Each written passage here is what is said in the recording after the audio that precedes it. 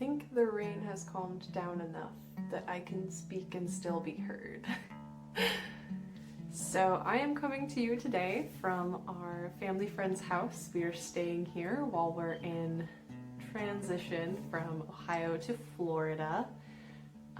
And today, due to some electrical line maintenance, we're out in the country and that happens, and our power is out. And I'm in this gorgeous, gorgeous home with no power. I'm like, what should I do? So I figured I would do my hand sewing project today. One of my grandmother's really lovely friends named Deborah, she had been going through her closet and she found a genuine fur shawl from the 1920s that she had just been holding on to. And the lining, the stitching that held the lining to the fur part has just totally deteriorated. She was like, well, I'll give it to Carolyn, my grandma, because she has a granddaughter that sews and she can probably fix this and make some use of it. And she gave it to my grandma, and apparently her exact words were, I don't care if she cuts it up to use it for something else, I just want it out of my house. So I have this gorgeous vintage piece that I'm going to be, I guess, restoring today, because I'm just putting it back to how it originally was. And then I guess I'm going to play around with it a little bit. As far as restoration projects go, this one was actually really easy because the fold lines were still very firmly pressed into place. So I just had to fold the raw edges under on the fold lines that were already there for me and pen them in place. While all of the hand stitching that was keeping the lining attached to the fur has mysteriously disintegrated, all of the other stitching seems to be perfect, basically. No clue what's going on with that.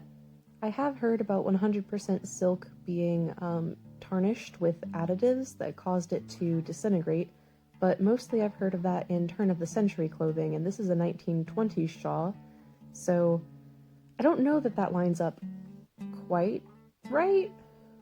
Another theory that I have that I think is more likely, which I'm basing around the fact that the only places where the thread is remaining is places where it's knotted very tightly or tangled, is that the thread just kind of unwove itself. Maybe the hand stitches were a little bit too loose and it just came right undone. Which, given that it's silk and silk thread and both of those are known for being slippery, this would kind of make sense. I threaded my needle with a doubled up thread and put a knot in the back, which is my go-to method because it is quick and it's very strong. I didn't feel the need to make fine, tiny stitches because that's likely what led for this shawl to fall apart in the first place, so I just did a simple little whip stitch. It's a little bit hard to see because of all the fuzzies that keep getting in the way, but I could see just fine in the moment, and I think I managed to get some good shots for you guys. You'll notice that I'm a little bit heavy-handed with my tension when I do a whip stitch.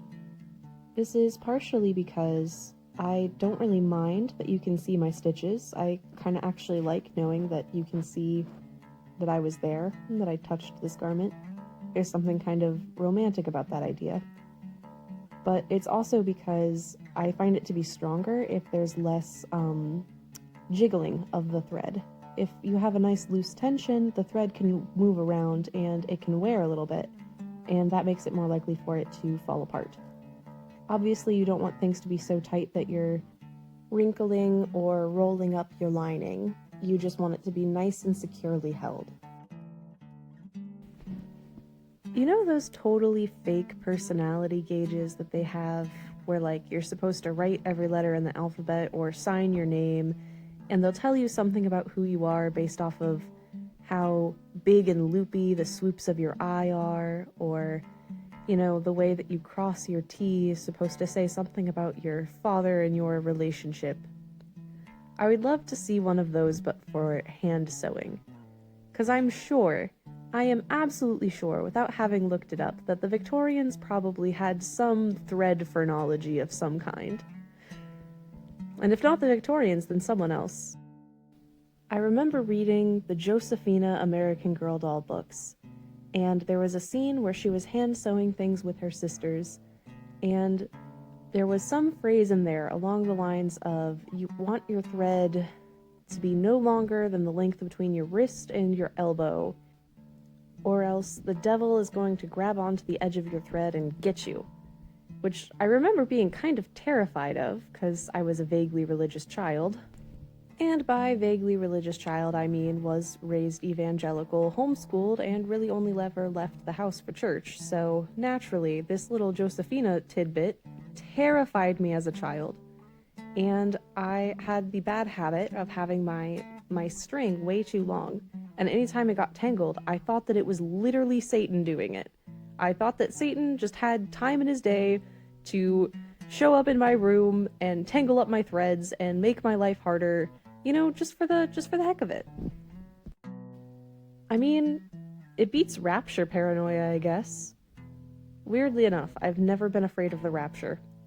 I was talking with a bunch of my friends who also grew up homeschooled and evangelical recently, and they were talking about how anytime their parents were gone for, like, the grocery store for too long, they would just have, like, this paranoia that they were never coming back, and the rapture had happened, and they were going to have to spend the rest of their life in that book that everyone had to read that I somehow got out of reading.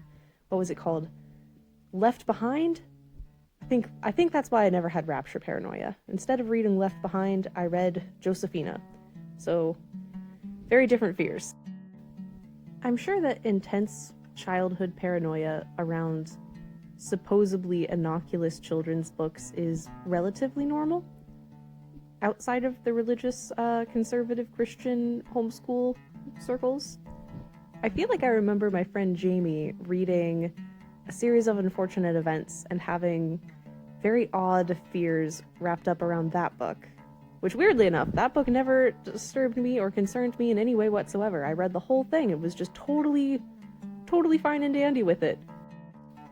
This actually makes me kind of curious.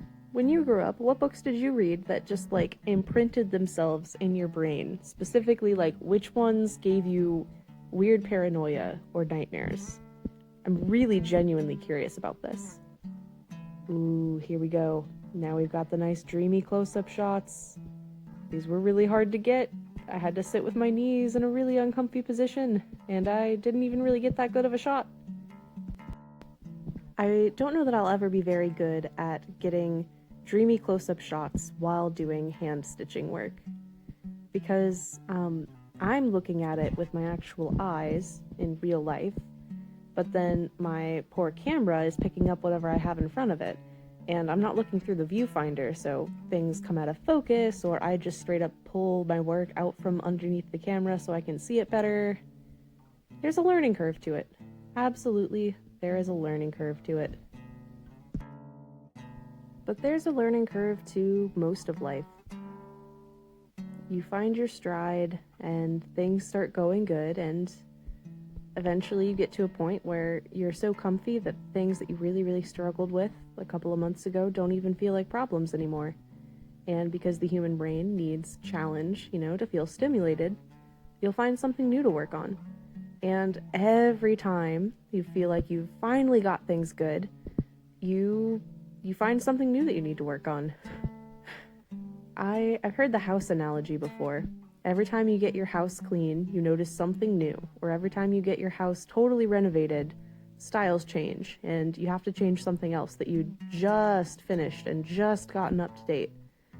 Or you change, and you don't like the color of your living room walls anymore, so now you want to change them. Do something else with them. This isn't bad. It's not like you were wrong when you chose to paint your living room the first time. It's just now you want another color. I don't know. I've been thinking about this a lot lately.